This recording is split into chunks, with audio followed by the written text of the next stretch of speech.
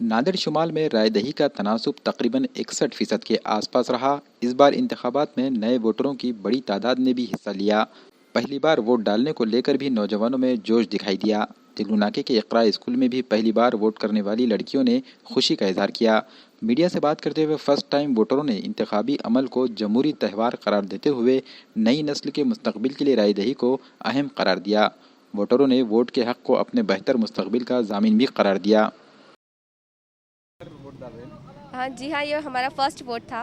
तो कैसा महसूस कर रहे हैं? अल्हम्दुलिल्लाह, बहुत बड़ी बात है कि हम वोट दे पाए और सब लोगों को वोट देना चाहिए, क्योंकि सबका वोट देना हक है, अधिकार है, जिसकी वजह से सरकारें चुनी जाती है, जिसकी वजह से लोगों का और पूरे मुल्क का मुस्तकबिल हम संवार भी सकते हैं और बिगाड़ भी सकते हैं। लोगों को वोट देना चाहिए क्योंकि उनके एक वोट से पूरी सरकार बदल सकती है, फ्यूचर बदल सकता है, डेवलपमेंट भी उसी वजह से होता है। अगर आपका एक वोट और एक सही फैसला पूरी हुकूमत को बदल सकता है और जिसकी वजह से पूरा इंडिया, पूरा भारत और जो भी स्टेट्स है वो डेवलप होंगे, अच्छा कल्चर मिलेगा, लोगों को रोज़गार मिलेगा। तो सबसे अपील है कि हर कोई वोट दे, क्योंकि ये बहुत अहमियत का हामिल है।